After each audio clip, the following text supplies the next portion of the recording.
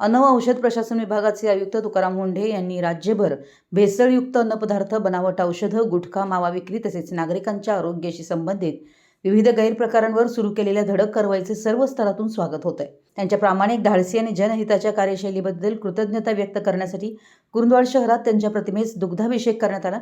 यावेळी उपस्थित नागरिकांनी तुकाराम मुंढे यांची किमान 3 वर्ष तरी बदली करू नये अशी मागणी शासनाकडे केली आहे।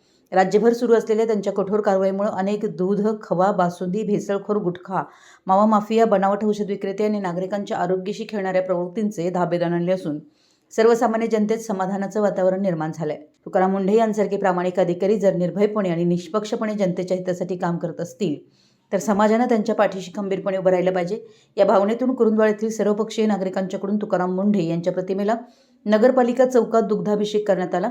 तुकाराम मुंढे यांनी आपल्या प्रशासकीय कारकिर्दीत पारदर्शक कारभार, भ्रष्टाचारमुक्त प्रशासन, लोकहिताला प्राधान्य आणि नियमांचं कठोर पालन यांचा आदर्श निर्माण केला।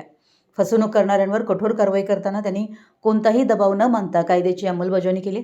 त्यामुळे राज्यभरातील नागरिकांमध्ये त्यांच्या कार्याबद्दल आदराची भावना निर्माण झाली आहे, असे अनेक प्रमुखांनी आपल्या मनोगतातून सांगितलं।